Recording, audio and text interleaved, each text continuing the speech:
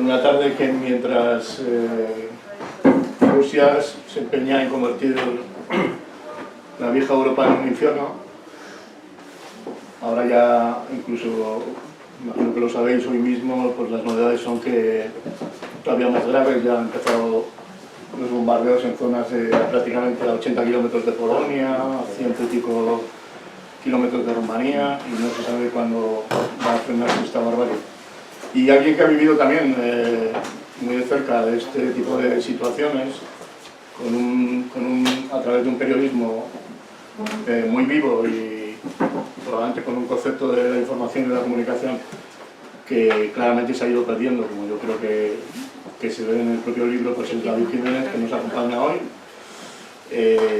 Voy a decir una cosa que además le gustará a él, que es, y aquí hay presentes personas que lo ratifican, que tiene muchos vínculos con Cantabria, con muchos familiares, con Santoña especialmente también, y por cierto que no sé qué pasa en Santoña con los periodistas, porque ya saben que Ruiz Mantilla, aunque es santanderino, pues también tiene su ligazón con Santoña, como la tuvo como Ricardo Arqués, etcétera, etcétera. Yo creo que este libro, El corresponsal, del que nos va a hablar ahora David Jiménez, es absolutamente oportuno, más que oportunista.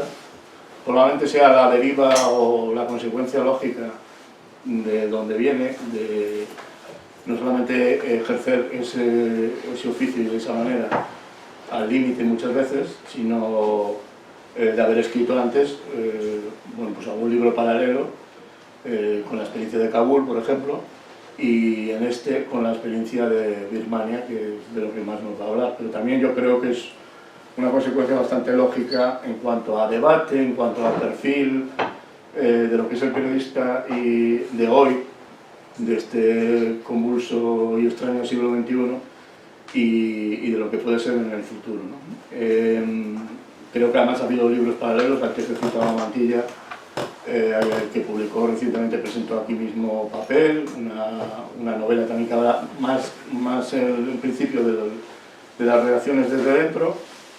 Berna González Harbuch, que también es de aquí, también ha hecho últimamente bastantes reflexiones, incluso ficcionadas, sobre periodismo.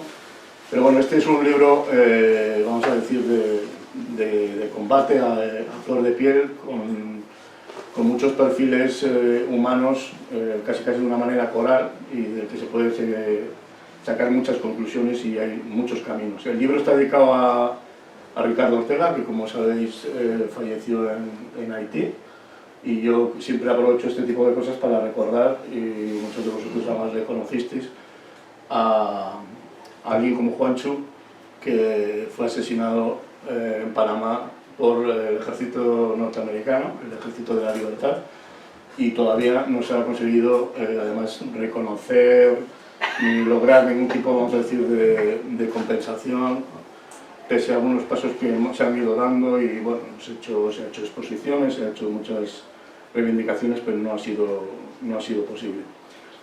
Os leo una cosa rápida y breve para no cansar de lo que me parece que es el corresponsal de David Jiménez.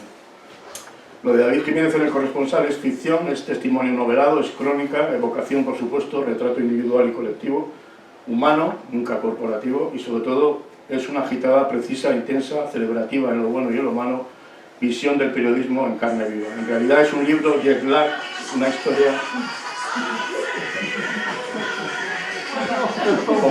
poco apropiado.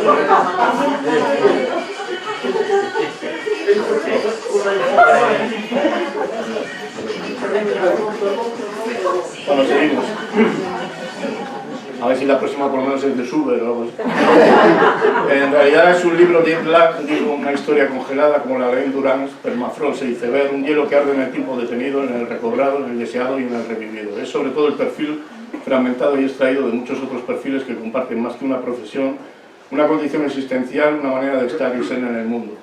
Porque contar la verdad e intentar contarla es una manera de sentir la vida. De igual modo, El corresponsal, más que nostalgia, es reivindicación del periodismo tenso y terso, con toda su fibra y sus músculos a la intemperie. Un periodismo que precisamente se enfrenta o que colisiona con el esclavismo de los datos acumulativos que alimentan las fauces voraces actuales de las web. Me gusta, me gusta, me gusta, 600.000 páginas vistas, like, like, like, clics, clics, clics.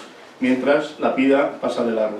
Las empresas periodísticas se han convertido en muchas ocasiones en el peor enemigo del periodista, y eso efectivamente ya lo dejó claro, y no necesito añadir nada más David en su libro El director. David devuelve ahora el otro lado del espejo, que es la entraña de la profesión. Voy a citar al exdirector de Financial Times, Lionel Balber, que en plena pandemia, después de ejercer su cargo durante 15 años, apuntaba que Internet no solo ha destruido las afirmaciones tradicionales de pura objetividad periodística, sino que erosionó la noción de fuente confiable. Con la evolución de las plataformas tecnológicas se han eliminado las barreras de distribución y entrada, lo que provocó una explosión de noticias y visitas. El papel de los principales medios de comunicación como guardianes que controlaban el flujo de información había terminado. Todo se aceleró con Internet, recompensando, como decía antes, no extender la velocidad y la controversia. Quiero citar a Kapuscinski cuando dijo, cuando se descubrió que la información era un negocio, la verdad dejó de ser importante. Y quiero citar a Orwell cuando decía: periodismo es publicar lo que alguien no quiere que publiques, todo lo demás son relaciones públicas. También quiero reivindicar, pero para no extenderme, que tenía aquí algunas citas a Chávez Nogales, y termino con una cita del propio David Jiménez en este libro, El corresponsal, que es: el corresponsal nunca regresa del lugar donde conoció la verdad de los hombres. Bueno, es difícil empezar de un punto de partida concreto con este libro, pero yo te voy a preguntar casi al revés. Me gustaría que dijeras cuál es la manera más noble de ejercer el periodismo en estos momentos. Bueno, muchas gracias, Guillermo, y gracias a todos por estar aquí. Como bien dices, para mí es como volver a casa, ¿no? Santander es muy especial, la familia está aquí, hay amigos de hace muchísimos años, y bueno, es la librería Gil, un sitio ya muy especial para mí, ¿no? Y ya estuvimos aquí anteriormente, y bueno, os agradezco mucho que volváis aquí para escucharme. El corresponsal, como dices, es un libro que está dedicado a Ricardo Ortega, un compañero con el que cubrí la guerra en Afganistán y al que mataron en Haití, y también a todos los compañeros que no han regresado de sus coberturas. Tú has citado también, ¿no? Desgraciadamente en los últimos años hemos perdido a muchos, y ahora los vemos, ¿no? Y veo con mucha alegría, también con preocupación, a esa nueva generación de reporteros que han tomado el relevo y que están en Ucrania. Desgraciadamente, el otro día estaba hablando con Reporteros Sin Fronteras y con la FAPE, y me llamaban muy preocupados porque muchos de estos jóvenes reporteros están en Ucrania sin chalecos antibalas, sin casco, sin seguro, abandonados, explotados, con ofertas que incluyen no te puedo pagar, pero te voy a dar notoriedad, ¿no? Tu nombre va a salir, ¿no? Y estamos hablando de gente que se está jugando la vida. Eso es lo bajo que ha caído el periodismo. Y yo con el corresponsal, aparte de homenajear a todos esos compañeros que no regresaron y a los que están ahora en Ucrania y que siguen yendo a los sitios a pesar de las dificultades, de la precariedad, de la falta de respeto, del poco dinero que ganan, ¿no? Bueno, todos sabemos que en una tertulia del corazón pues puedes ganar 20 veces más. A pesar de todo eso siguen yendo a esos lugares, muchas veces olvidados, muchas veces sin que a nadie le importe, porque es verdad que ahora Ucrania importa, pero cuántas guerras, cuántos destinos olvidados están siendo, bueno, ignorados completamente, ¿no? Mientras pasa lo de Ucrania, antes y después. Entonces, yo quería hacer un homenaje y contar cómo era esta profesión antes de que todo esto ocurriera. El modo de vida que yo tuve la suerte y el privilegio de vivir, ¿no? De aventura, es verdad, cierto riesgo, pero ese momento en el que íbamos a las historias y había tiempo para contarlas, donde se creaban unas amistades forjadas en el peligro, importantes, porque pasábamos suficiente tiempo juntos, ¿no? Que ahora eso no está ocurriendo, ¿no? Es todo rápido, nos vamos mándame constantemente noticias para internet, para redes sociales, importa cada vez menos cómo se cuentan las cosas.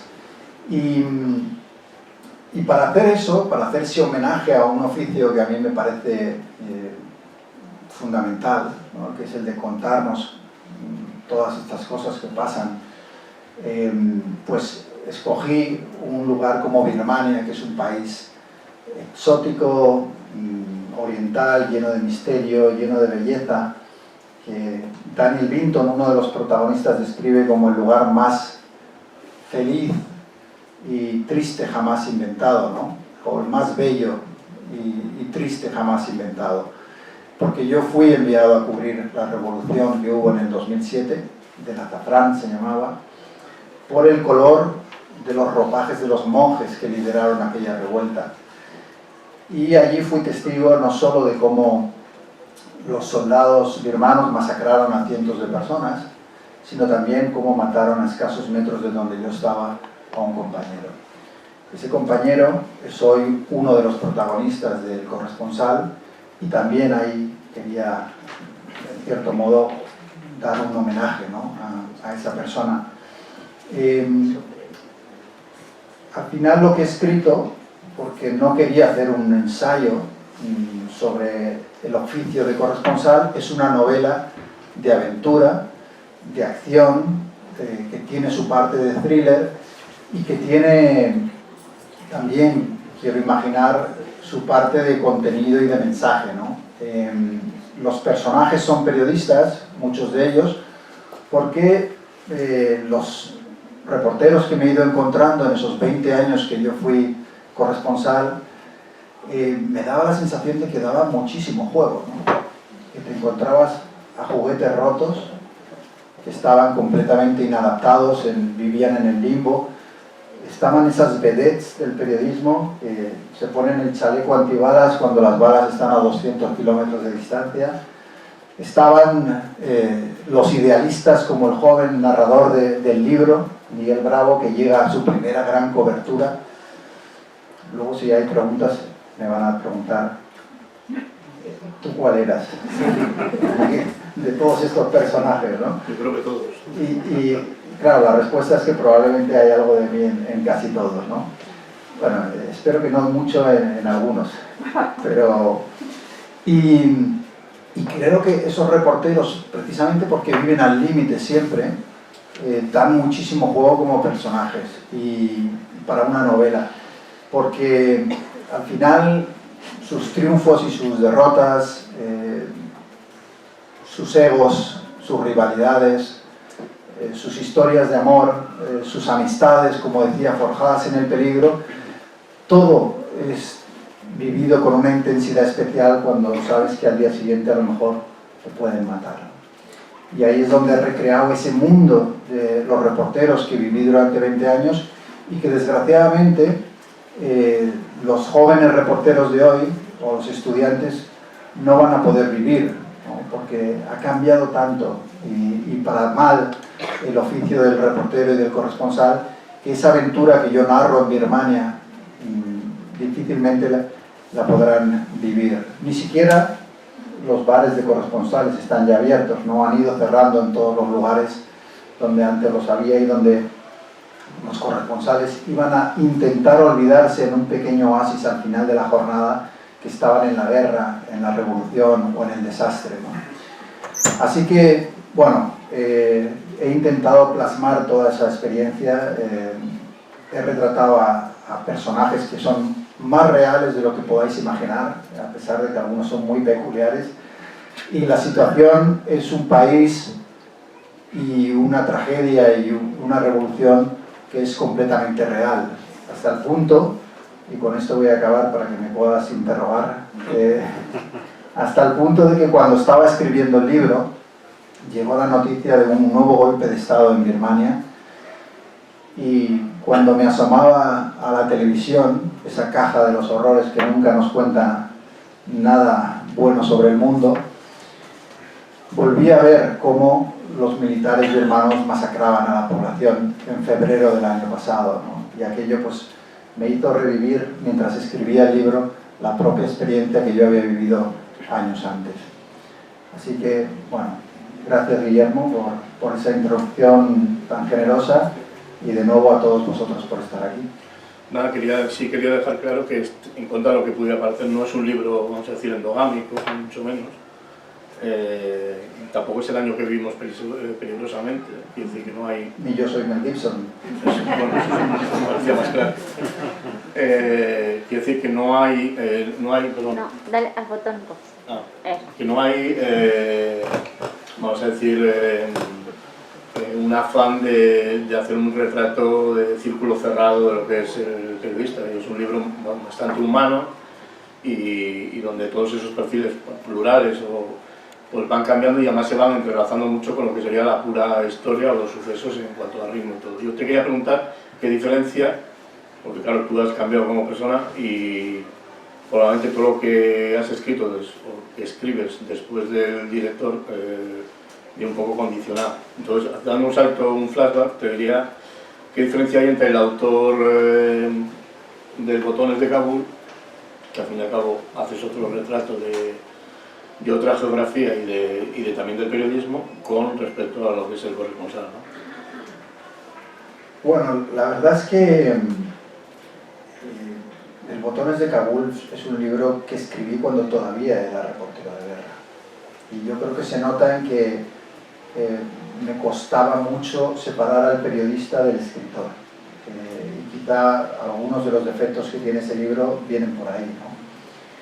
En este libro, a pesar de ser un libro de corresponsales, he intentado tomar la distancia para hacer ese retrato que tú dices, intentando no mitificar a los reporteros, porque es verdad que yo creo que tienen un lado heroico, porque al final irte a jugar la vida a un lugar, ya sea Birmania, ya sea Corea del Norte, ya sea Afganistán, por poco sueldo y generalmente poco reconocimiento, creo que tiene un mérito.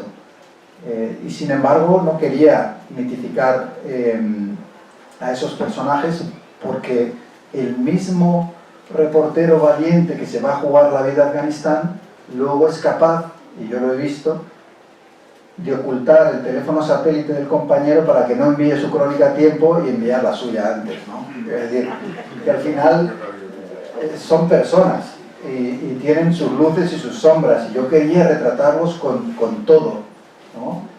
No hacer un retrato de Hollywood sobre lo valientes que son, los líos fantásticos que tienen y demás. Y eso yo creo que es lo que se refleja en el libro, ¿no? Hay, por supuesto, locos idealistas y también hay cínicos que se han levantado un muro para protegerse de todo lo que están viendo, porque al final, y le ocurre a Daniel Pinton, ¿no? A uno de los personajes, es muy difícil estar constantemente cubriendo el lado más oscuro de la condición humana y que tú no te contagies de algo de esa oscuridad. Quizá no haciendo las cosas malas que ves a otros hacer, pero sí adquiriendo una visión cada vez más pesimista del mundo y de las personas, ¿no? A Daniel Pinton le pasa algo que aquí sí puedo decir que a lo mejor me puedo reflejar también en él, ¿no? Y es que cuando él vuelve a la normalidad y está paseando por una calle, bueno, en Nueva York, en Santander, donde fuera, ¿no? Y él ve a la gente en esa situación totalmente normal, él está viendo gente capaz de hacer las cosas que ha visto en Afganistán, en Sri Lanka, en Cachemira, en todos esos lugares donde ha estado. Y se pregunta si los que estamos aquí tranquilamente viviéramos bajo las circunstancias que están viviendo hoy en Ucrania, a lo mejor nos sorprendería las cosas de las que somos capaces de hacer, ¿no? Que no imaginamos cuando no estamos sintiendo ese miedo atroz que es la guerra. Ocurre lo mismo con los niños, ¿no? A mí cuando veo a los niños, y tengo escrito un libro, Hijos del Monzón, muy dedicado a los niños, pero cuando veo a esos niños en Ucrania, me acuerdo mucho de los niños en Afganistán, porque en Afganistán los niños te contaban que cuando veían un avión en el aire, volando, esa sensación que nosotros aquí los niños dicen, bueno, alguien se está yendo de vacaciones y lo relacionas con cosas buenas, para ellos significaba bombardeo, muerte, destrucción, ¿no? Y crecer así hace que al final la violencia con la que has crecido te convierta también en una persona violenta. Y por eso digo que muchas veces son las circunstancias las que nos hacen no comportarnos o no cruzar esas líneas, ¿no?, que te llevan a hacer esas salvajadas que vemos en los telediarios y decimos, las están haciendo monstruos. No, no son monstruos, son gente como nosotros viviendo unas circunstancias muy, muy diferentes. De todos modos, sí quería que reflexionaras un poco, porque me parece que lo transmite muy bien el libro, esa identidad diferente de lo que supone Birmania, al margen ya de la circunstancia de no sé, hay como una geografía, un paisaje que parece que condiciona a los personajes de una manera muy especial. Bueno, tú decías antes, ¿no?, esa frase de el reportero de guerra o el corresponsal no regresa nunca del todo de los lugares donde ha conocido la verdad sobre el hombre, ¿no? Quizá a mí me ocurre que a mí me tocó conocerla allí por lo que os he contado de cómo viví, pues, delante mío, ¿no?, cómo masacraron a cientos de inocentes, gente que iba desarmada, que lo único que hacía era pedir libertad, que no habían ni siquiera arrojado una piedra contra los soldados, ¿no? Y a lo mejor, claro, al vivir eso, pues una parte de ti se queda allí y una parte de ese lugar te lo llevas también contigo. Y Birmania es un lugar muy especial, porque es verdad que es difícil encontrar una población más compasiva, más tranquila, más espiritual. Están los monjes, están los templos, está el silencio, es evocativo, es misterioso, exótico, de una belleza increíble, y sin embargo eso contrasta con un régimen brutal que desde hace décadas reprime a la gente, los tiene sometidos, los encarcela, que además ha hecho una cosa que suelen hacer los regímenes totalitarios, y es envenenar la sociedad. Al final, para sobrevivir en un sistema como ese, acabas también haciendo cosas que son terribles, ¿no? Y entonces el premio está en el hermano que denuncia a un hermano, porque eso significa lealtad al régimen, ¿no? Al final te están torturando en la cárcel de Insane, que aparece también en el corresponsal, y denuncias a los amigos porque no puedes soportar el dolor, y poco a poco se va gangrenando la sociedad y un lugar de gente maravillosa se convierte en un lugar tóxico donde no sabes en quién puedes confiar, nadie confía en nadie, y se crea ese sistema de terror tan terrible que estamos viendo no solo en Birmania sino cada vez en más países, porque lo que nosotros conocemos como una democracia liberal está en claro retroceso en todo el mundo, ¿no? Es otro de los temas que quería tocar en el libro también. Y quería que en las páginas del corresponsal la gente sintiera cómo es vivir en un lugar como ese. Pero eso es muy difícil de contar y probablemente fracasé en ese intento, porque los que vamos allí, los corresponsales, los reporteros, somos unos absolutos privilegiados. Vamos el tiempo que nos apetece ir. Y llega un momento que te vas, y en cambio toda esa gente se queda. Entonces, por eso cuando la gente te dice, qué valiente, ¿no?, que has estado allí, valiente no. O sea, yo cuando he querido me he marchado. Valientes son los que se quedan allí y después de décadas de represión siguen saliendo a la calle para pedir libertad. O periodistas que se la juegan más allá de las semanas que tú has estado allí. Y además, si a ti te detienen, sabes que te van a deportar. Mientras que cuando detienen a un periodista local, va a pasar años, décadas encarcelado, ¿no? Entonces, sí, es un sitio mágico y a la vez muy triste. Desgraciadamente, un escenario perfecto para situar una novela como esta, precisamente por esas contradicciones tan brutales que tiene. Pero más allá de la aspiración o de la ambición de cuando escribes algo, tú decías antes igual cierta frustración a lo mejor de no haber transmitido determinadas cosas, que a lo mejor las estás compensando ahora precisamente con este libro. Una frustración que siempre está en periodismo y también a nivel doméstico, habrá sido muchas veces cuando la indiferencia viene del propio medio. Bueno, ahí hay una relación tormentosa, ¿no?, entre el pobre Miguel Bravo, que es el narrador de la aventura, y su jefe en Madrid, ¿no? Lo contaba el otro día, desgraciadamente el jefe que sale ya se ha sentido identificado y reconocido en el libro, ¿no? Tengo esta cosa que mis libros me dicen que soy una persona pacífica y acaban enfadando a mucha gente. Este no tanto como el anterior, pero también. Es muy desesperante, es una de las situaciones más frustrantes que te puedas imaginar cuando tú estás cubriendo un acontecimiento, una guerra, un desastre, una revolución, con toda esta gente que te contagia de su entusiasmo, que están pidiendo libertad, y tú estás en las manifestaciones y te quieres unir a ellos, y de repente llamas a la redacción y dicen, bueno, es que hay un Barça Madrid y tu página de internacional se la hemos dado a los de deportes, ¿no? Pero llama mañana que a lo mejor hay hueco, ¿no? Y eso crea una frustración muy grande, porque lo que tú estás viviendo a partir es lo más importante, y tú tienes un vínculo emocional con la gente de la que estás escribiendo, aunque es verdad que se dice siempre que tenemos que mantener la distancia, pero los periodistas no somos documentalistas en el Serengeti, o sea, grabando cómo los leones se comen a las cebras. No, o sea, estás hablando de personas y gente con la que estás hablando y tratando a diario, y tu traductor o tu traductora está sufriendo lo mismo, y el camarero que ves en el hotel, cuando hablas con él, te cuenta la historia de cómo su padre lleva 20 años en la cárcel. Entonces, esa implicación, cuando tú ves que al otro lado de la línea del teléfono hay una frialdad o hay un desinterés, cuando no consigues transmitir lo que tú estás viendo, pues sí, es verdad que genera impotencia. En parte porque yo lo entiendo, es más fácil, más normal que nos importe lo que nos pasa en nuestro entorno.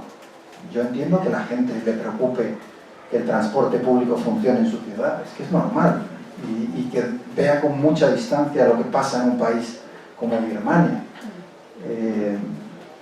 Y ahí es donde yo creo que está el trabajo del periodismo, ¿no? Porque lo estamos viendo en Ucrania. Mucha gente se ha empezado a interesar por lo que pasaba en Ucrania ahora, pero en Ucrania llevan en guerra desde el 2014, sin que nos haya importado. Y Putin lleva arrasando ciudades desde hace 20 años. De hecho, llegó al poder arrasando Chechenia. Y cuando digo arrasando, no dejando una sola casa en pie. Y luego hizo lo mismo en Siria. ¿Y qué hemos hecho nosotros? Poner la alfombra roja a todos los millonarios rusos que compraban equipos de fútbol, venían con sus yates, en Marbella tienen esas mansiones magníficas, sabiendo que ese dinero venía de la corrupción y que eran aliados todos del régimen de Putin, y no nos ha importado. Y ahora de repente descubrimos lo malo, malísimo que es Putin, que lo es. Y yo estoy convencido de que durante este tiempo ha habido muchos periodistas llamando a sus medios, intentando que le importara a alguien lo que estaba pasando. Y han fracasado en muchos casos, no por su culpa, sino por el desinterés que había en otros lados. Y nos pasa con la reyerta política española, que ha acabado comiéndose todo en este país. Es como si ya no existiera nada más allá de la pelea entre nuestros políticos, que además es lo que se llama la guerra fuego amigo siempre, porque lo estamos viendo, es que se matan entre ellos en el mismo partido, ¿no? Pero yo creo que debemos dejar un hueco para lo que pasa en el mundo, porque lo que estamos descubriendo en Ucrania es que lo que pasa muy lejos de nuestras fronteras termina volviendo a nosotros. Que los atentados del 11S en Estados Unidos se organizaron en Afganistán, un país al que habíamos ignorado durante décadas. Nos daba igual lo que estaba pasando allí. También nos daba igual lo que estaba pasando en Rusia y lo que estaba pasando en Ucrania, y de repente un día, y esto me ha pasado varias veces ya, oye, ¿cómo no me han contado lo que pasaba ahí? De repente estallaba aquello. Claro, yo digo, bueno, a lo mejor si no hubieran despedido a tantos corresponsales, habría habido alguien para contárnoslo. Iba a preguntar al final una cosa, pero al hilo de esta reflexión la adelanto. Evidentemente no soy tan inocente para preguntarte que si volverías a ser el director de un medio, que no lo vas a ser, pero sí tengo la curiosidad si, por ejemplo, sigues teniendo esa especie de gusanillo, por decirlo de manera coloquial, y te irías de corresponsal a Ucrania. Bueno, no digas dos veces lo del director, porque yo soy un insensato y como dice algún amigo mío, un loco idealista que se cree que va a cambiar las cosas y capaz de estrellarse una y otra vez en lo mismo, ¿no? Yo creo que a España, y seguro que estáis de acuerdo, le hacen falta medios independientes, medios que no estén en la trinchera política y que publiquen cosas donde en el primer párrafo ya no sepas de qué lado son, que es lo que nos pasa muchas veces, ¿no? Pero bueno, no están entre mis planes. No están entre mis planes, aunque a veces, precisamente por el director, cuando voy a las facultades de periodismo y veo la ilusión con la que han leído ese libro, y en el director hay un momento en el que se habla de un periódico que yo quería crear cuando era más joven, y que era una cosa utópica que llamamos El Normal. Y me pasan unas cosas increíbles, ¿no? Y es que me llegan currículums de jóvenes periodistas que me dicen, si montas alguna vez El Normal, llámame. Y eso me hace mucha ilusión, ¿no? Y cuando ves ese entusiasmo de gente que quiere cambiar las cosas, y a ti te presentan, como me ocurrió a mí como director, la oportunidad de cambiarlas, pues creo que tienes una obligación de intentarlo al menos, porque yo creo que los españoles somos muy dados a quejarnos y deberíamos quejarnos, sí, pero también intentar hacer algo por cambiar las cosas. En el caso del reportero, mi día de reportero, bueno, pues cuando estoy sentado viendo el telediario, pues un hormigueo sí que siento, ¿no? de ganas de irme, pero tú ahora imagínate a mi querida madre que está ahí, que sufrió 20 años de tenerme por ahí, si le dijera me voy a Ucrania, ¿no? A lo mejor ya me deja de hablar, ¿no? Con razón. Creo que hay un momento para todo. Hemingway dijo eso de que el de reportero es el mejor oficio del mundo, siempre que lo sepas dejar a tiempo. Yo creo que lo dejé a tiempo y que ahora hay gente muy buena, pero realmente buena en Ucrania, que están haciendo un trabajo estupendo y yo creo que yo tengo que estar haciendo otras cosas. Ganas, sí tengo algunas ganas y lo estás viendo y dices, pues yo lo haría así o me iría a este sitio, pero yo creo que hay que dar la oportunidad a los que están ahí ahora y también es un trabajo que exige mucho, no solo mentalmente, sino físicamente. Al final te pasas días y días donde apenas duermes, donde vives un estrés constante, donde comes mal, donde pasas frío, o sea, no es un trabajo fácil. Yo creo que a lo mejor me he hecho ya un señorito del periodismo. Yo escribo columnas, ¿no? Dice Raúl del Pozo que el columnista es un reportero cansado. A lo mejor es que he llegado a ese punto. Te iba a preguntar esto mismo, pero de otra manera.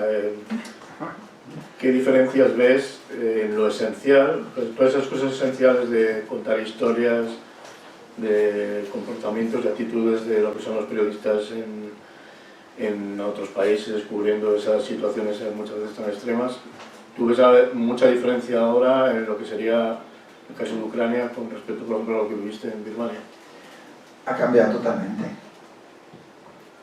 Es que yo noté el cambio del trabajo de los corresponsales porque viví esa transición. De hecho, yo he situado este libro, que es un homenaje a los reporteros en Birmania, porque fue el último acontecimiento que cubrí donde las cosas se hacían como antes. Y yo no quiero ser el típico viejuno que está diciendo el césped era más verde antes, ¿no? Los jóvenes antes éramos... No, los jóvenes eran igual antes que ahora, o sea, con sus defectos y sus virtudes. Pero sí es verdad que la cantidad de información y la rapidez con la que se distribuye ahora es mucho más importante que la calidad y la profundidad de esas historias. Por ejemplo, cosas que yo hice como reportero, que es irme una semana a Bután a escribir un reportaje sobre un reino en el Himalaya, donde de repente les habían instalado por primera vez la televisión. Tú ahora entras en el despacho de un director y le ofreces eso y se tira de la risa. Y te dice, bueno, vete, págate el billete, págate el hotel y ya veremos cuánto te pagamos. Yo tengo muchos amigos que me dicen que pierden dinero en las coberturas, que se van a cubrir un acontecimiento y luego vuelven, hacen las cuentas y entre el hotel, el transporte, el traductor, el no sé cuánto y lo que les han pagado, y dicen, bueno, es que he perdido un dineral. Y esto nos tiene que llevar a reflexionar, porque si estamos pagándole a tertulianos, luego se me enfadan los tertulianos. El otro día fui a una tertulia que voy, pero ya me he convertido hasta en eso yo. O sea, critico a los míos, que es una costumbre que tengo. Y llego hay una salita antes de entrar en el plató y el presentador me dijo, David, me han dicho los tertulianos que por favor no te metas con ellos, no digas que cobran 10 veces más que los reporteros. Y yo, pero es que es verdad.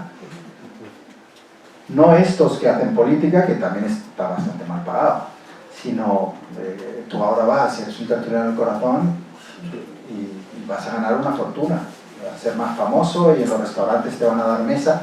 Ahora llama tú a un restaurante de moda y di, soy reportero de guerra, ¿me da mesa? Pero los reporteros de guerra comen. Entonces, yo desespero un poco y luego me canso también un poco de hacer estas críticas, porque me he convertido un poco en el Pepito Grillo, ¿no?, del periodismo, y tampoco me apetece. El otro día me hicieron una entrevista y me preguntaban por eso, por la precariedad, y yo dije, ¿de verdad quieres que te cuente el rollo otra vez? O sea, porque ya lo he contado tantas veces que a lo mejor ya la gente cuando lo escucha de mí ya no lo oye, ¿no? Porque ya está contándonos otra vez. Pero eso viene mucho del amor que le tengo a la profesión, ¿no? Yo soy un privilegiado, es que a mí el periodismo me ha dado tanto y creo que es tan importante y lo estamos viendo hoy más que nunca. El periodismo es fundamental. Tenemos a los manipuladores, propagandistas, con unas herramientas que no habían tenido jamás en la vida para manipular la verdad. El otro día vi un artículo en el New York Times sobre gente que está siendo bombardeada en Ucrania, que llamaba a sus familiares en Rusia para decirles lo que estaba pasando, y sus familiares en Rusia le decían, eso es mentira. No, aquí en la tele dicen que no hay guerra. Es ese grado de manipulación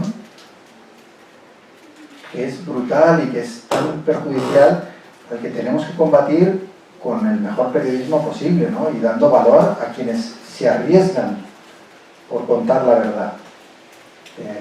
Y a veces algunos, sobre todo gente que está ahora mucho en el mundo de las redes, y me dicen, es que a mí me insultan mucho en las redes. Y digo, bueno, ¿qué esperabas? O sea, y siempre digo lo mismo, digo, pues si no querías que te insultaran, haberte hecho pastelero o haber escogido otra profesión, pero si tu profesión es contar la verdad, vas a molestar a gente. Y es parte del trabajo, enfadar a gente, sobre todo a los que están en el poder. Los tienes que cabrear. ahora que no hay representantes de Planeta, voy a poder hablar del director y voy a decir el broma. En el director cuento que cuando yo llegué al periódico a la semana, desde Moncloa me pidieron que le cortara la cabeza, no literalmente, solo laboralmente, a la periodista que estaba cubriendo el Partido Popular.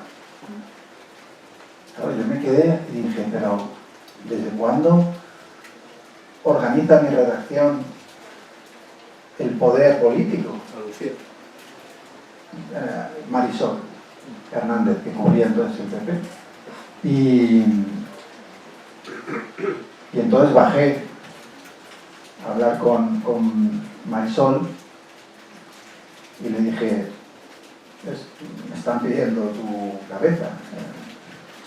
Y el día que dejes de cabrearlos, entonces ese día te la corto. Pero mientras tanto, sigue con tu trabajo, ¿no? Porque ese es nuestro trabajo. En Madrid, en Santander, en Ucrania, es luchar contra esa maquinaria de propaganda que ha generado Putin, por ejemplo, es fundamental. ¿Qué ocurre? Que no está teniendo ningún efecto porque estamos convenciendo a los que ya están convencidos, que son los de aquí. Pero cómo llegamos y cómo llevamos la verdad a lugares donde ha sido absolutamente aniquilada es una de las grandes preguntas, y por eso le tengo tanto respeto y admiración a los periodistas que en esos lugares siguen contando la verdad. Y en Rusia ha pasado de periodistas, entre comillas, que se han caído por los balcones, que los han envenenado. En Birmania, donde se sitúa la novela, ahora mismo hay decenas de periodistas en la cárcel, desaparecidos. Y lo único que han hecho es contar la verdad. Entonces, no me digas que dura tu profesión porque te insultan en las redes sociales. O sea, porque nosotros somos unos privilegiados. Y lo dice alguien al que lo echaron de unos cuantos lugares por intentar contar la verdad. De hecho, en el libro, volviendo a esos vasos comunicantes, que lógicamente tú eres consciente de ellos, entre el corresponsal y el director, hay muchas cosas que filtrando o permeables, las situaciones, los hechos, los perfiles de los periodistas ya están ahí, con su falta de ética o con su ética, pero tú aprovechas la mínima para hacer una crítica, digamos, de cómo son los medios que hay detrás, ¿no? Hay una frase que tenía aquí, en nuestros países la gente se cree las noticias incluso cuando son propaganda barata.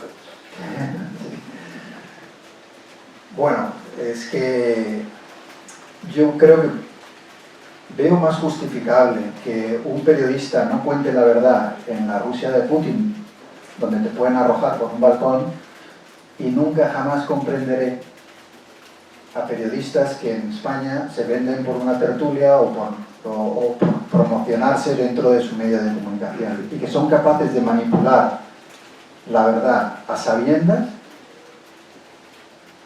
o aceptan las presiones de políticos y empresarios cuando el único riesgo que corren realmente es que los despidan de su trabajo. Claro, a mí me decían cuando volví a Madrid, ¿no? Después de 20 años por ahí, y alguna vez me llamaba algún político y intentaban presionarme, yo no entendía nada, porque yo decía, pero vamos a ver, o sea, si a mí me han disparado los talibán en Afganistán, ¿por qué este señor se cree que me va a preocupar lo que él me diga? Me parecía todo un poco absurdo. Y luego yo les soltaba mi rollo de periodismo idealista y ellos, claro, pensaban, este tío es gilipollas. Y pensaban, va a durar menos, no va a llegar a, como eso que dicen de los entrenadores, no va a llegar al turrón, ¿no? Y tenían razón, evidentemente, con esa visión no iba a llegar muy lejos. Pero en el corresponsal también está la parte granuja de los periodistas, porque es la realidad y es lo que he vivido. O sea, muchos son gente increíble, y lo he visto, gente que se juega la vida por contar la verdad en esos sitios, porque están convencidos de que puede tener un impacto y puede ayudar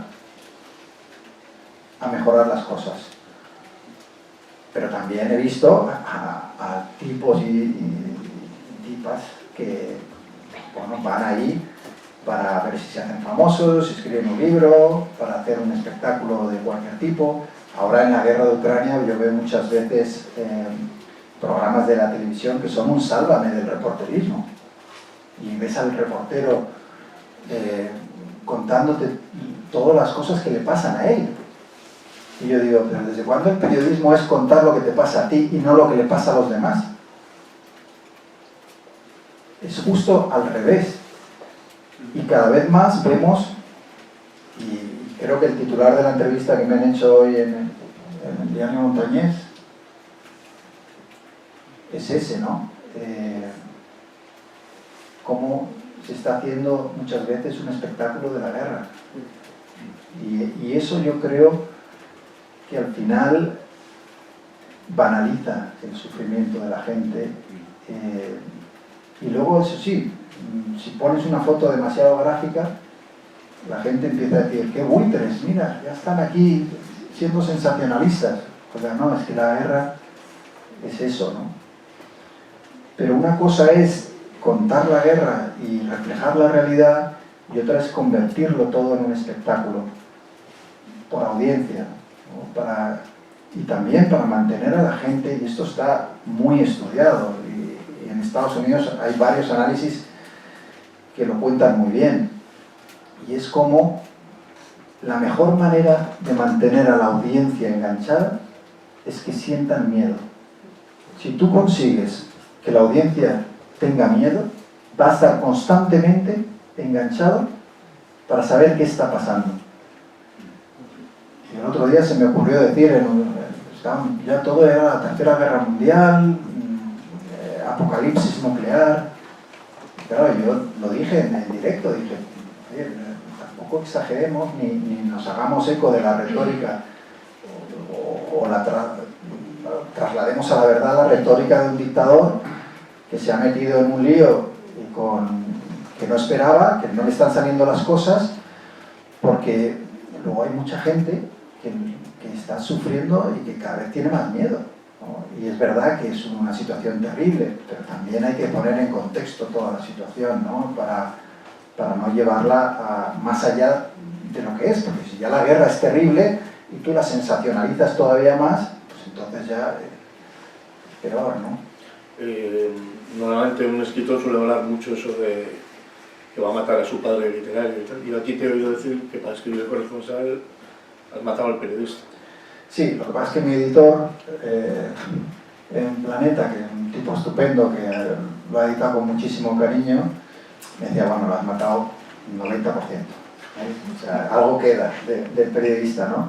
Pero es verdad que si comparamos esta novela con El Botones de Kabul, aun siendo una novela de periodistas, sí creo que en esta el periodista, si no muerto del todo, está moribundo, ¿no? Y yo creo que eso era necesario para retratar ese mundo con cierta distancia y también para no convertir la novela en un ensayo activista sobre yo al final con este libro quería entretener a la gente, o sea, quería que fuera una novela de acción, que emocionara, que enganchara al lector, que, bueno, eso que uno siempre intenta de que empiece a leer y no la quiera dejar, ¿no? Yo creo que no hay nada que le haga más ilusión a uno que cuando te dicen, ayer me acosté a las 3 de la mañana leyendo tu libro, ¿no? Y eres un cabrón, y tú se te pone la sonrisa, ¿no? Y dices, pues me alegro, ¿no? Que luego además tiene un mensaje, bueno, sí, pero en este caso el mensaje para mí era secundario con respecto a contar una buena historia que entretuviera a la gente, ¿no? Porque al final, oye, todos tenéis muchas cosas que hacer y si coges un libro y sí, bueno, dice cosas que te parecen más o menos importantes pero te ha aburrido, pues entonces no hemos conseguido nada. Hace unos días estuvo aquí Inés Martín Rodrigo, y, bueno, ganadora de Nadal, y repitió muchas veces, ya hasta el punto de la obscenidad, que tenía muy claro cuáles eran las fronteras entre periodismo y literatura, o cuando ella escribía periodismo y cuando escribía literatura, y en cierto modo me sorprendió. Sí, no es nada fácil de hacerlo. Yo creo que si has sido periodista, y sobre todo escribir ficción, para un periodista va contra su naturaleza, porque a ti te han entrenado y tú durante años has intentado acercarte el máximo a la verdad, ¿no? Por eso, incluso mis novelas, yo las veo como una manera de contar la verdad también. De subtítulo lleva inspirada en hechos reales. Es que realmente cuando uno lee El Corresponsal está leyendo cómo era el modo de vida de los reporteros en esa época. Cuando está leyendo la situación en Birmania, es que es la realidad de Birmania. Cuando está leyendo los miedos que siente un corresponsal en esa situación, es que es lo que se siente, ¿no? Entonces, bueno, he intentado reflejar lo más fielmente posible ese mundo, ¿no? Incluso en las historias de amor, en las amistades, en las traiciones que hay también entre compañeros, la camaradería, que también es muy importante. Todo eso está muy ligado a las experiencias que yo he vivido durante 20 años, ¿no? Y quería que los lectores, en cierto modo, pues, me acompañaran en esa aventura, y que al final, cuando leyeran el libro, sí, se hubieran entretenido, pero también hubieran descubierto una verdad sobre la situación de Birmania, sobre el mundo de los reporteros, sobre cómo sienten, sobre cómo es ser un reportero. Recuerdo que hay por ahí algunos párrafos, bueno, un pasaje en el que haces algunas reflexiones al hilo de las Torres Gemelas. Recuerdas, por supuesto, cómo se censuraron las imágenes en Estados Unidos. Y yo te pregunto, dándole la vuelta a esto, si te has autocensurado al escribir el libro. No, porque cuando escribo no me sale autocensurarme, es una cosa extraña, ¿no? A lo mejor cuando hablas, pues intentas ser más políticamente correcto. Yo lo soy poco, ¿no? Y por eso me meto también en algunos líos. Pero cuando escribo sí que me meto en la historia y cuento lo que quiero contar.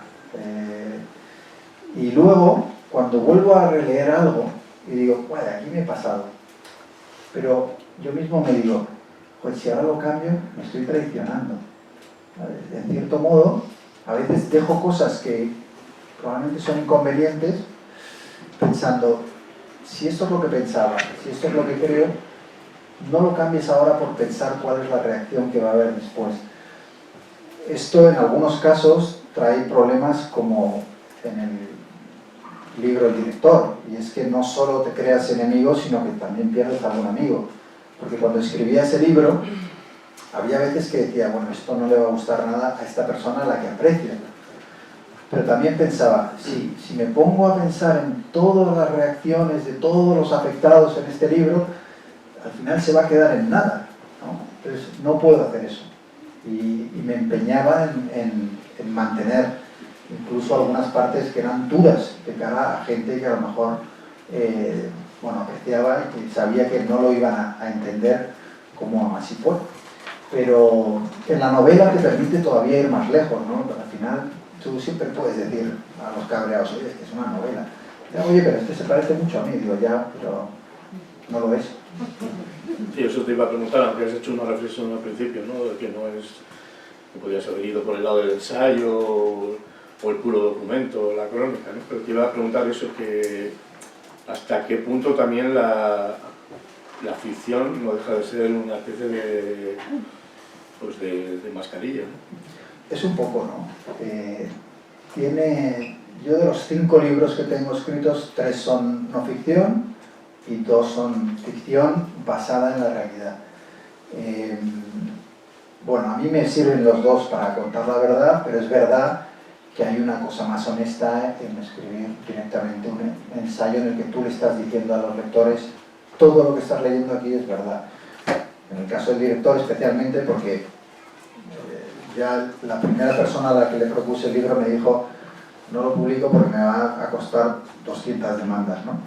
Entonces había que asegurarse mucho de que todo fuera exacto y verdad y además demostrable.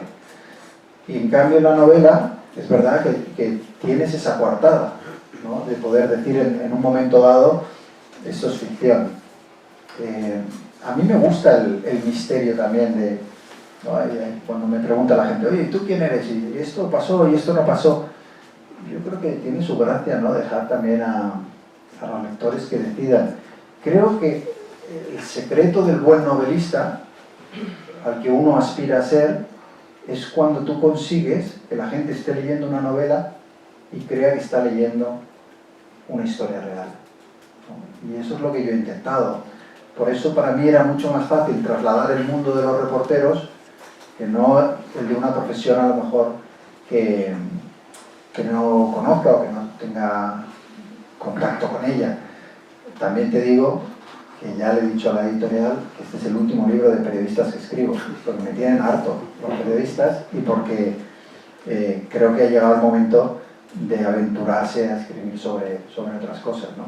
Aunque es verdad que los periodistas en este caso me han dado la oportunidad de escribir de otras muchas cosas, ¿no? Porque hay sus historias de amor, sus fracasos, sus triunfos, hay mucho de la condición humana y de cómo nos comportamos en ese grupo de reporteros que al final están atrapados en un hotel y digamos que sus virtudes y defectos surgen con mucha intensidad. Pero creo que el siguiente libro ni estará situado en Asia, a pesar del cariño que le tengo a Oriente, ni tendrá periodistas como protagonistas. Al final no me ha quedado claro, ¿el inspirado en hechos reales o lo impuso la editorial? No, al revés. Yo he tenido mucha suerte en que me han permitido siempre, o me he permitido yo a mí mismo, escribir solo lo que me apetecía, ¿no? Y yo en todas las editoriales con las que he trabajado, y ya son unas cuantas, 3, 4, me han dejado escribir lo que quería, incluso me han acompañado los errores, ¿no? En el sentido de que yo creo que cuando tienes un editor que es un buen editor, como ha ocurrido con El Corresponsal, a veces te hacen ver que cometes errores o que hay partes del libro que puedes mejorar. Ahí hay una relación muy intensa, ¿no? De autor-editor, porque normalmente, y a mí me lo decían, ¿no? Me dicen: pues que hay autores que no se dejan tocar una coma, que creen que su trabajo es tan bueno que cómo osa el editor a decirle lo que tiene que cambiar, ¿no? Y a mí me ocurre lo contrario. A mí me encantan los editores duros, o sea, los que cuando ven algo que no les gusta o que creen que pueden mejorar, te lo dicen. Y entonces, si te tienes que pelear por defenderlo, te peleas. Pero yo creo que ese es un proceso que hace los libros mejores.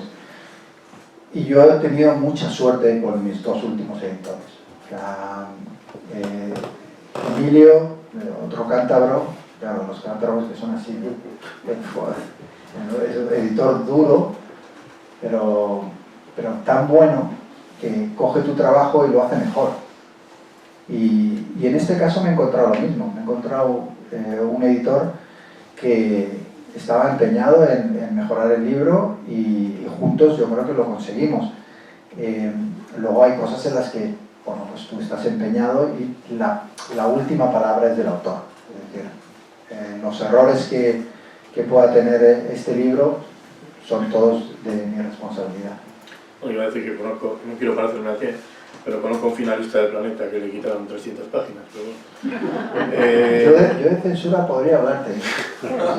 Pero bueno, yo he tenido la suerte, primero, de no dejarme censurar nunca, incluso cuando eso me ha costado el puesto.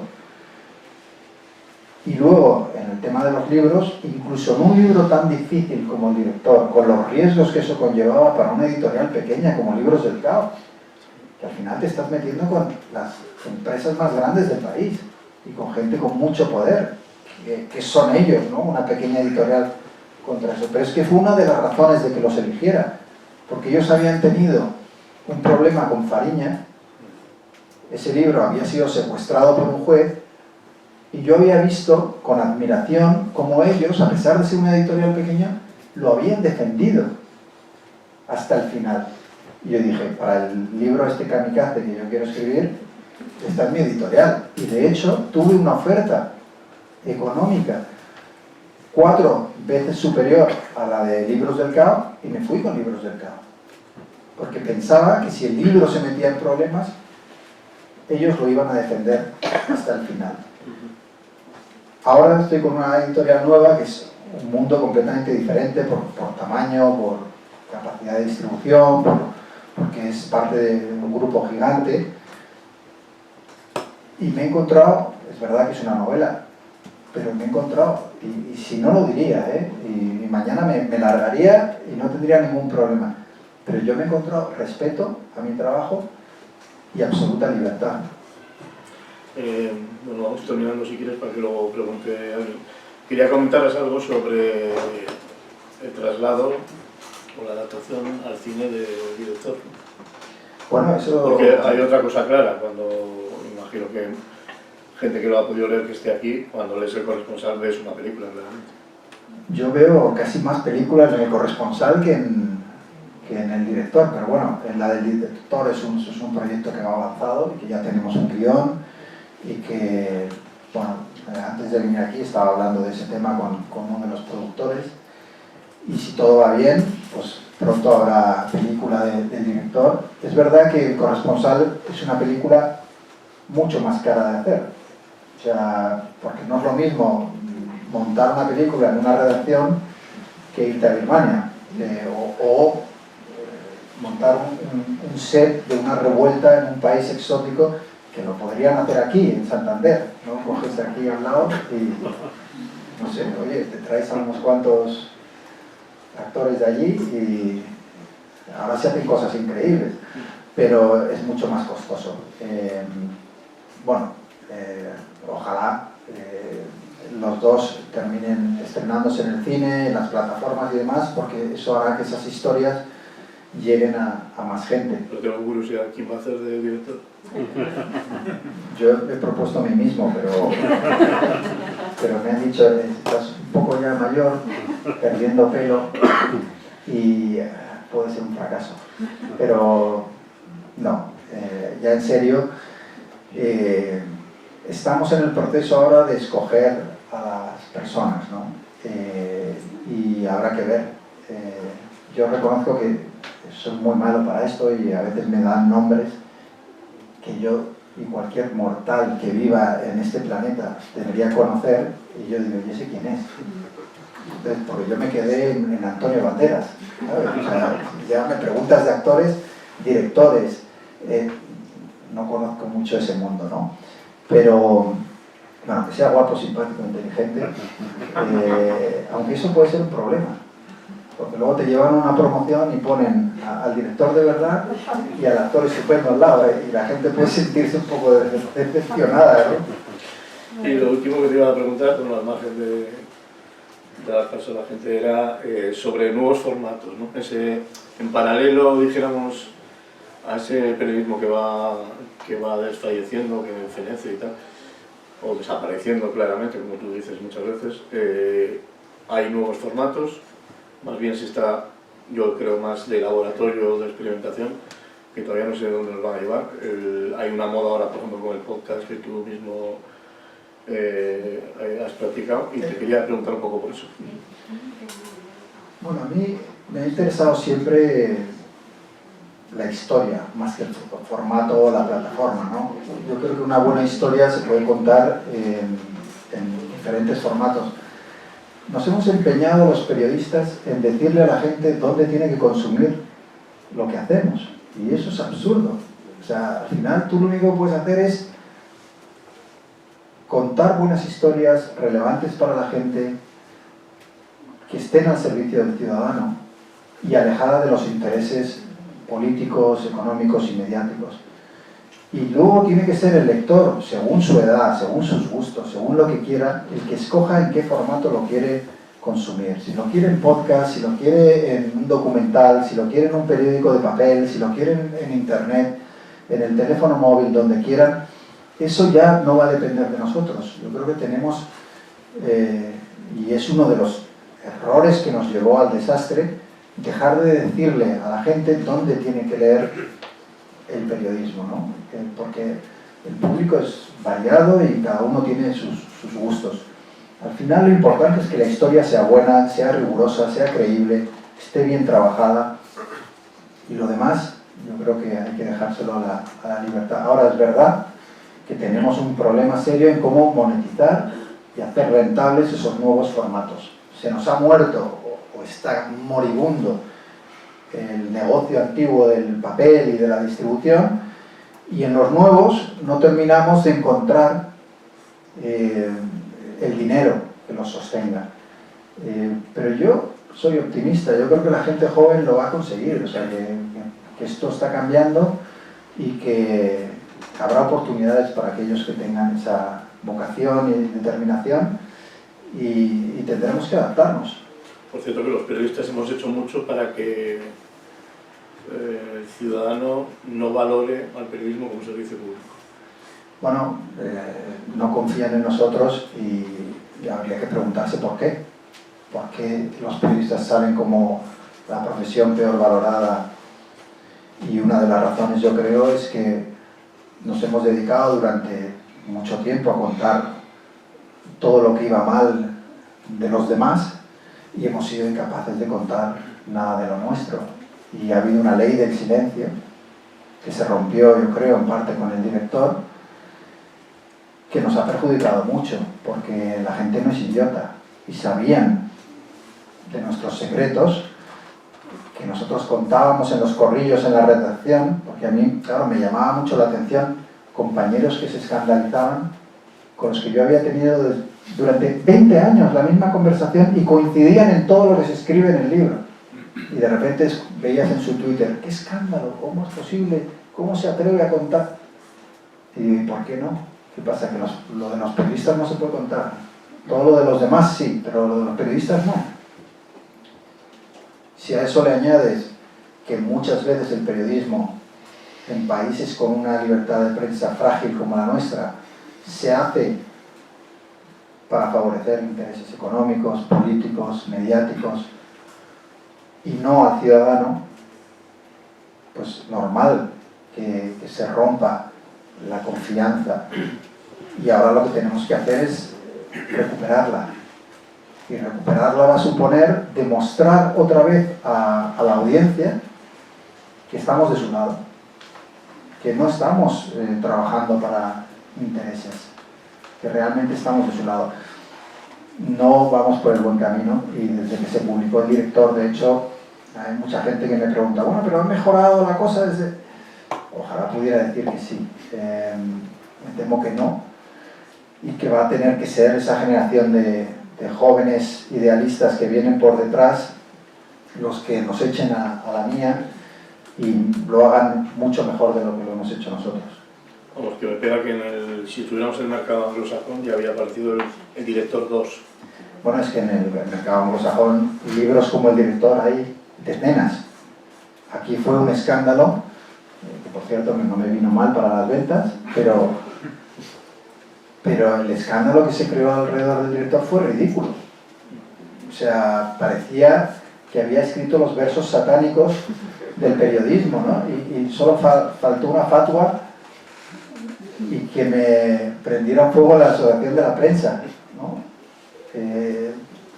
Yo no podía entender que era tan problemático de que alguien que había sido testigo de lo que fui testigo, ¿no? De esas ataduras con el poder, lo contara, porque si somos periodistas, pues claro, yo siempre cuento la anécdota, y con esto acabo, de cuando fui a la Universidad Complutense a recoger mi título de periodista. Y esto hace poco, no hace mucho, fue antes de la pandemia. Y ya me dijo la secretaria que estaba ahí, pues ya has tardado, ¿no? Y dije, ya, es que estaba intentando ganármelo. Y me fui con el título, que nunca entenderé porque te dan una cosa de este tamaño, o sea, una cosa gigante, que no sabes dónde poner. Y yo creo que si yo no hubiera escrito El director, no me lo habría ganado. ¿qué hago? Soy director del Mundo, veo todo lo que vi, soy testigo de la corrupción dentro de mi oficio y no digo nada. Y me puedo mirar al espejo y decir que ahí hay un periodista y que ese título que recogí con 25 años de retraso me lo merecía. No lo podría haber hecho. Entonces yo creo que fue una necesidad, ¿no? Escribirlo, y el tiempo ha demostrado que fue lo correcto, porque los críticos de ese libro han envejecido mucho peor que el libro. Gracias, David.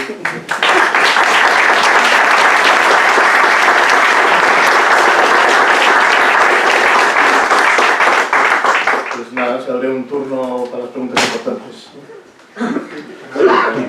David, Ya quedamos un bueno, que se ha levantado ahí.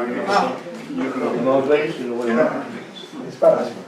no, David, yo tengo una pregunta muy emotiva. La charla que me ha llegado profundamente, quizás por la situación que estamos viendo ahora y lo que tú has hablado y de lo que habla el corresponsal, es decir, de guerra y todo esto, muy emotivo y muy interesante. Pero mi pregunta, porque has hecho mención a ello, es otra, porque dices que vas a cambiar un poco de tercio, te vas a olvidar de Asia, aunque lo aprecias mucho, porque el tiempo que pasaste en Birmania y todo esto, pero mi pregunta es, ¿hacia qué o qué inclinación o qué orientación vas a darle a tu próxima aventura literaria, por llamarlo de alguna forma, porque no va a ser bélica o no va a ser sobre reportajes bélicos, y si vas a tener alguna conexión con guión cinematográfico, porque parece ser que todo esto está un poco por ahí, ¿no? Bueno. Gracias. Bueno, yo con la editorial Planeta llegué a un acuerdo para escribir 2 libros. Cuando ahora tengo que escribir uno segundo, y estoy empezando a sospechar que tú eres un agente infiltrado de Planeta que está intentando... No.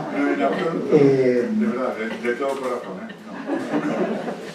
No. Si las He sido inspector, pero de otra cosa. Si las aventuras de Miguel Bravo en El Corresponsal fueran un tremendo éxito, habría esa tentación de decir, oye, pues ahora vamos a situar a Miguel Bravo en Corea del Norte, o vamos a... Hay mucho autor que hace, ¿no? Digamos, una serie, pero a mí eso no me gustaría, o sea, fuera bien o mal el libro. Me gustaría explorar, como dices tú, otras temáticas, ¿no? Y yo creo que hay un montón de historias que contar, y de personajes, y estoy en el proceso difícil de decidir, ¿no? Cuando pillé COVID en diciembre, y yo creo que la fiebre es buenísima para la creatividad, es como el gin tonic, fluyen las ideas de repente, ¿no? Empecé incluso a arrancar, pero claro, debía tener más fiebre de la que pensaba, porque arrancaba una novela un día y al día siguiente otra. Y el confinamiento eran 10 días, no es una semana como ahora. Y digo, si me dejas ahí 2 semanas, ya no sé, habría sido la locura. Tengo varias ideas, sería un poco aventurado por mi parte de darte aquí la exclusiva de qué va a ser lo próximo, ¿no? Pero tengo algunas ideas y, bueno, tengo que tener esa conversación con la editorial para ver por dónde vamos. El Corresponsal es mi 5º libro. Y bueno, ha habido un poco de todo, pero casi todos son o de reporterismo. El director es muy periodístico, aunque es verdad que una de las cosas que hicieron que ese libro tuviera éxito es que los personajes que salen y las miserias, pues la gente me decía, pero vamos a ver, es que esos personajes están en mi despacho de abogados, están en mi hospital, están en mi... los conocen, son todos muy parecidos, ¿no? Y luego está El Corresponsal, una historia de aventura, de amor, que tiene también muchas cosas que no son estrictamente periodísticas, pero al final los personajes fundamentales son periodistas. Y sí que creo que lo próximo no tiene que ser un periodista escribiendo una novela, tiene que ser un escritor escribiendo una novela. Y para mí ese es el salto que quizá empieza a dar, pero que tiene que ser ya definitivo en el próximo. Tampoco me voy haciendo más joven, tengo que empezar también a explorar otras cosas. Veremos, ¿no? Porque es verdad que luego el lector te tiene muy identificado ya con el periodismo y con un tipo de... Pero bueno, yo soy muy de hacer lo que no me conviene, ¿no? Con lo cual, probablemente haré alguna cosa que la editorial diga, ¿te has vuelto loco o qué? Veremos. Sí, bueno, yo tuve la suerte de entrevistar y contar a mi CPG a David Beriain, y una de las cosas que me dijo fuera de entrevista era, bueno, me dijo dos cosas, entre muchas, pero que me llamaron la atención, y una de ellas fue que en uno de esos muchos regresos había perdido una parte de su alma, ¿no? Es decir, que él había perdido un poco la esperanza en la humanidad después de las atrocidades que había visto en sus viajes. Y la otra que también me llamó la atención fue que dijo que el periodismo estaba no en caída, pero sí un poco perdiendo prestigio debido en parte al intrusismo que hay por parte de gente que no se dedica al oficio. Entonces, no, quería preguntarte a ver qué opinas de esas dos. Bueno, David Beriain, al que mataron en Burkina Faso hace poco, bueno, contaros la anécdota que yo tengo con él, ¿no? Cuando yo estaba en Fukushima, después del terremoto, el tsunami y la central nuclear estaba explotando, y todos los compañeros de prensa se habían largado, y yo me quedé y de repente me vi solo, no tenía gasolina en el coche, no había comida, el hotel donde estaba ni siquiera los empleados se habían quedado, se habían largado todos. Y recuerdo recibir una llamada de David que me dijo: estamos a 1 hora y media donde estás, he oído que estás en dificultades, vamos a por ti. Ese era el tipo de persona y de periodista que era, ¿no? Y yo le dije que no, que yo estaba gustosamente disfrutando del desastre y que no quería irme a ningún lado, ¿no? Y él, como hacía eso siempre, ser el primero en llegar y el último en irse, pues lo entendió perfectamente, me deseó suerte, ¿no? Lo que él dice de la pérdida de confianza en el ser humano lo hemos hablado un poco al principio. Daniel Vinton, el protagonista más veterano, cínico, descreído, desilusionado de los dos principales que hay en El Corresponsal, también tiene esa sensación, ¿no? Lo único que no le va a perdonar al periodismo es que le haya robado la confianza en el ser humano. Y como decía antes, es que es muy difícil. Si tu trabajo consiste no en ir a la oficina y tomarte un café a las 11, sino si tu trabajo consiste en estar en la guerra y ver cómo la gente se mata y cómo estás constantemente siguiendo injusticias, desigualdades, pobreza, y eso año tras año, en lugares como Afganistán, donde claro, yo cubrí la guerra de Afganistán durante una década, ver este verano pasado que los talibán volvían al poder, que las niñas volvían a ser prohibidas de ir a los colegios, se te hace muy duro, ¿no? Y yo creo que él, que era una gran persona, pues tenía esa sensación, ¿no? A la vez no dejó de ir a los lugares a contar las historias, porque yo creo que no perdió del todo la esperanza, por mucho que estuviera en el límite, como estamos todos cuando hacemos ese trabajo. Yo creo que hay una lucha constante por no caer, ¿no?, del lado del cinismo o de la desesperanza. Si no, sería imposible seguir yendo a esos sitios, si no creyeras todavía en la condición humana. Y luego en esas historias, ¿qué pasa? Que te encuentras el otro lado también, no todo es oscuridad. Ahora en Ucrania lo estamos viendo. Yo el otro día llamé a una ONG porque a través de un amigo me dijo: oye, están necesitados de cosas y, bueno, les llamé y me dijeron, oye, es que estamos al revés, estamos desbordados, no podemos atender todas las peticiones de gente que quiere ayudar. Es decir, que al final la condición humana no es Putin solo.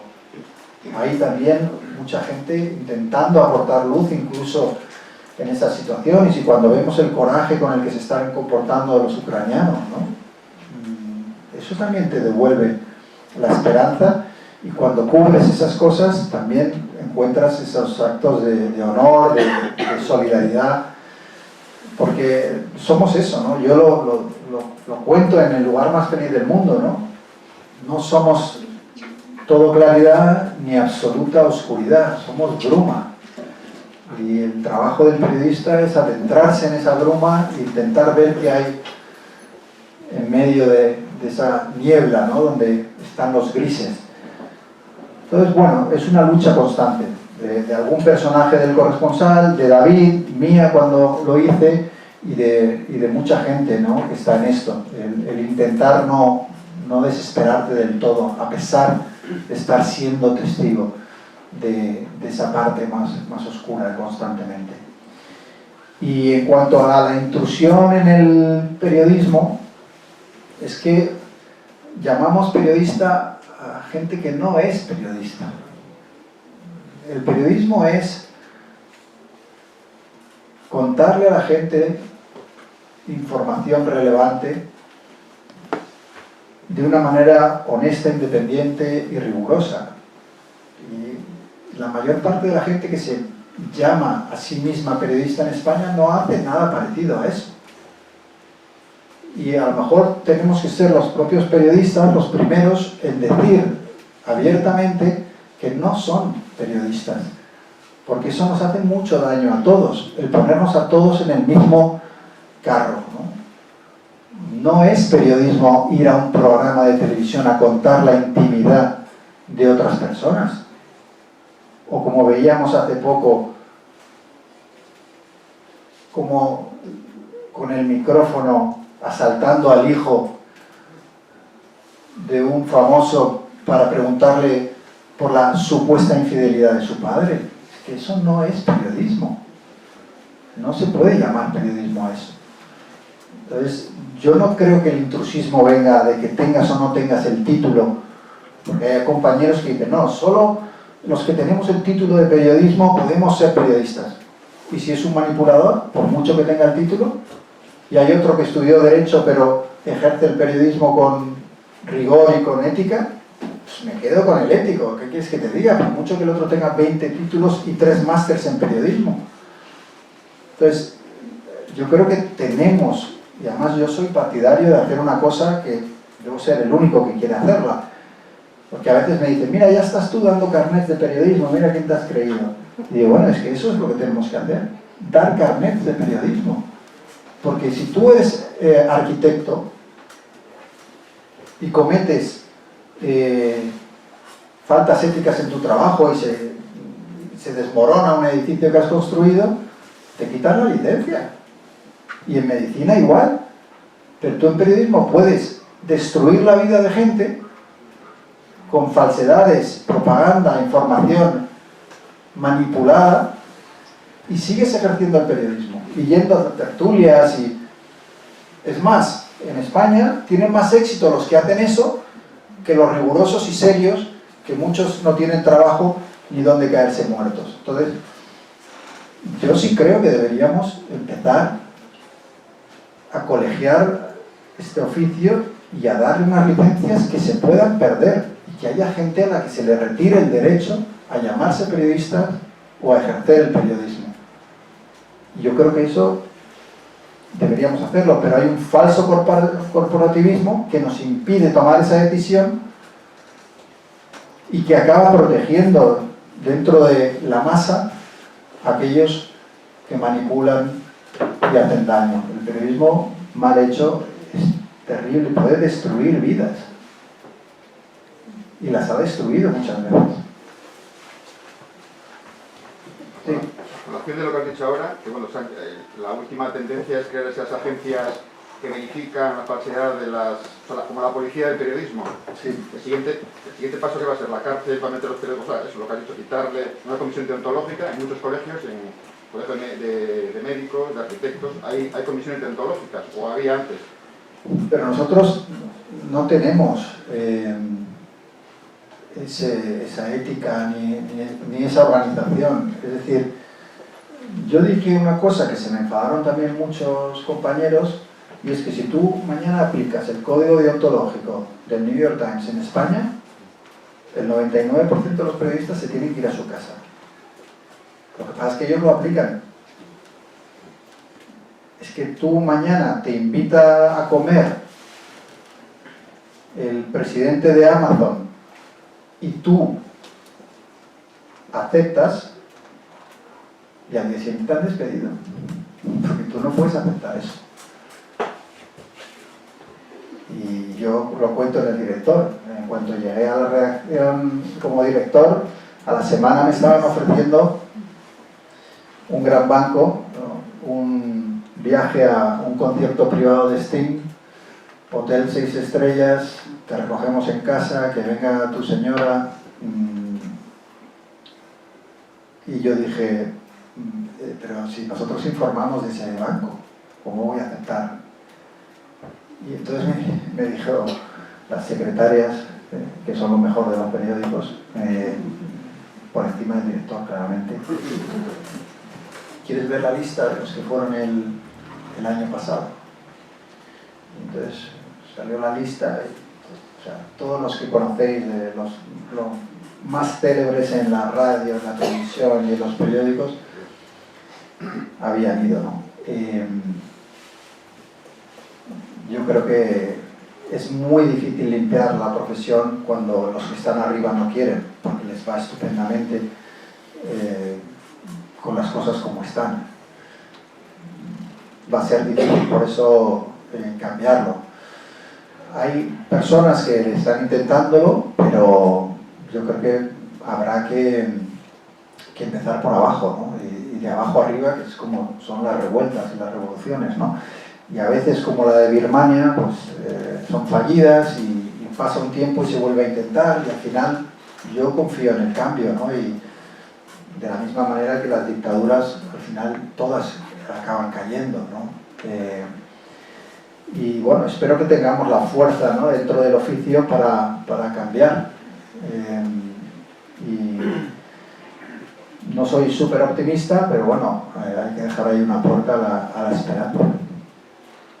Y otra pregunta.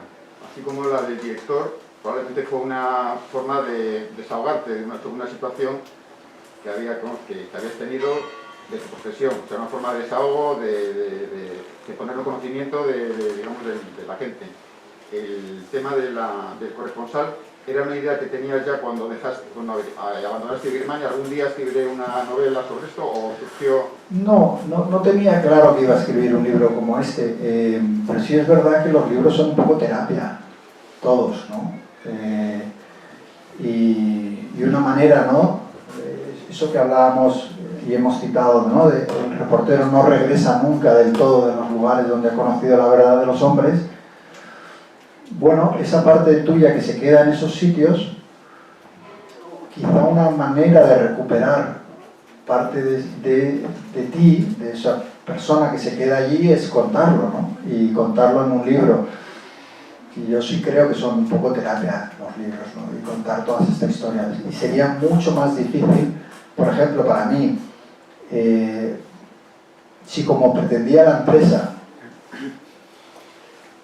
y me negué y hubo una batalla muy dura por conseguir ganar mi libertad para poder escribir el director, por ejemplo, es que si no hubiera escrito el director, yo creo que esa herida no la habría superado probablemente, ¿no? Y fue para mí una liberación absoluta el contar la verdad en ese libro, y ha sido de las mejores cosas que he hecho. Y en el corresponsal pues, también hay algo de eso, ¿no? Ya digo que, bueno, al final quieres entretener, quieres atrapar al lector, quieres contar la historia, quieres compartir cosas que tú has vivido, pero yo creo que debe pasar a todos los escritores, ¿no? Que al final los libros son también un poco terapia. Sí. Como estamos con un periodista, yo quiero información periodística. Exclusivas. Exclusivas, sí. ¿Cómo es posible que un periodista tan joven como Protasevich cambiara tanto a un dictador como Lukashenko para ser capaz de secuestrar un avión, aterrizar con unas cámaras, hacerle aterrizar y que esa persona desaparezca? Y no he visto campaña alguna de preocuparse, hemos de pensar que está muerto, ¿no? Torturado y muerto. De ese periodista tan joven, ¿qué hizo para cambiar tanto? Que cuando vivía en el extranjero... Pero es que no, es el tipo de déspota tirano que no puede aceptar ningún tipo de oposición, disidencia o verdad, ¿no? Es terrible, pero lo que dices pasa en muchos sitios. Imagínate en Corea del Norte, donde no tenemos ningún acceso y donde te encarcelan no por criticar al régimen, algo que no haría nadie, sino si el régimen detecta que tú no lo has alabado lo suficiente, puedes desaparecer para toda la vida. En el caso de Rusia hay varios casos de asesinatos de periodistas y en el que tú dices lo mismo, ¿no? Al final la impunidad con la que actúan está muy relacionada con lo que estamos viviendo ahora. ¿Cuánto le hemos permitido a Putin antes de tomar alguna decisión, ¿no? Lo decía antes, disidentes asesinados, no solo en su país, sino fuera de su país, ¿no? Guerras brutales en Chechenia o Siria. Se estima que su fortuna, el dinero que ha robado a los rusos, podría rondar los 100.000 millones. Mucho de ese dinero venía de lo que nosotros le pagábamos, ¿no? Incluida en energía. Y hemos mirado a otro lado por la sencilla razón de que nos venía bien. De la misma manera que miramos a otro lado cuando los saudíes vienen a Marbella o nos vamos a jugar la Copa del Rey allí porque nos dan dinero. Cuando el príncipe a cargo de ese gobierno secuestró a un periodista, lo descuartizó en el consulado saudí en Turquía y lo hizo desaparecer. Y en España ese régimen es tratado con todos los privilegios. Y luego nos sorprende que terminen haciendo las cosas que hacen, pero es que les hemos enviado el mensaje de que nos da igual lo que hagan siempre que nos rieguen con sus millones. Entonces, es desesperante ver la hipocresía de Occidente en geopolítica, ¿no? Y yo la he vivido, pues desgraciadamente he vivido y he sido testigo de las consecuencias sobre el terreno que tiene, sobre todo, insisto, para los propios habitantes de esos países, incluidos los periodistas, que como bien dices, pues desaparecen y a nadie le importa. Entonces, uno siempre quiere tener la esperanza de que, viendo lo que ha pasado ahora, a lo mejor reaccionemos y empecemos a hacer cosas antes de que invadan países, asesinen periodistas, masacren a su propia gente, y que no nos relacionemos con esos regímenes en función del beneficio económico, que además no es tal, porque como está demostrado en la última crisis que estamos viviendo, al final esto acaba volviéndose en nuestra contra. El apaciguamiento, el mamoneo con los dictadores, esto al final siempre sale mal. El beneficio es a muy corto plazo. Y a mí me encantaría que lo que está pasando dentro de la tragedia y lo terrible que es, sirviera para que recapacitáramos no solo sobre Putin y Rusia, sino sobre nuestra relación con todos estos dictadores que sabemos que están cometiendo atrocidades y a los cuales luego, si vienen con suficiente dinero, pues presentamos la alfombra roja. Ahora, es ser, no sé si optimista o ingenuo, pensar que eso va a ser así, porque luego la política es como es. David, a propósito, un segundo tomo la palabra. Me llega una información ahora. Los oligarcas rusos huyen a Dubái. 40.000 ricos rusos. A Dubái. Bueno, Dubái, claro, es que... Están huyendo a Dubái.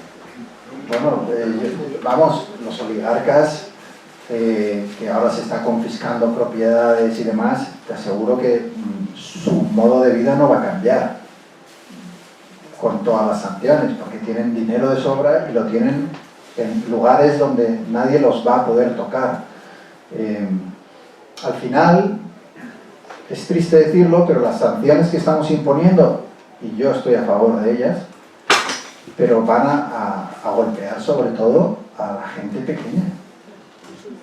O sea, si Zara cierra 500 tiendas en Rusia, esos son empleados que se van a la calle. Y es imposible o es ingenuo pensar que Putin va a verse afectado. Dice, no, hemos confiscado sus bienes. Pero si todo lo tiene ahí de sobra, tiene palacios, tiene dinero, tiene todo. No. Va a ser muy duro para los rusos, pero es que yo creo que a gente como a Putin le da absolutamente lo mismo, ¿no? Al final su única prioridad es mantenerse en el poder. Y aún así, yo creo que la reacción, aunque tarde y a destiempo y con todos los peros que le quieras poner, la reacción de Europa en este caso era necesaria, porque yo estoy seguro de que si no se detiene a Putin en Ucrania, como ha dicho el presidente de ese país, pronto tendremos la guerra a las puertas de Europa, de nuestras casas, ¿no? Entonces, yo creo que es un momento crucial para detener a alguien que está claramente, bueno, entre los, o puede ser uno de los peores dictadores de este siglo, ¿no? Imitando a otros que desgraciadamente hicieron mucho daño en el anterior. Bueno, pues muchas gracias, David, por el libro y por tus palabras. Esperemos que verte por aquí de nuevo, o con otro libro, o con la película. Bueno, o a tomar unas rabas, tampoco tiene que ser todo literatura. Y nada, muchas gracias por la asistencia a todos y hasta la próxima.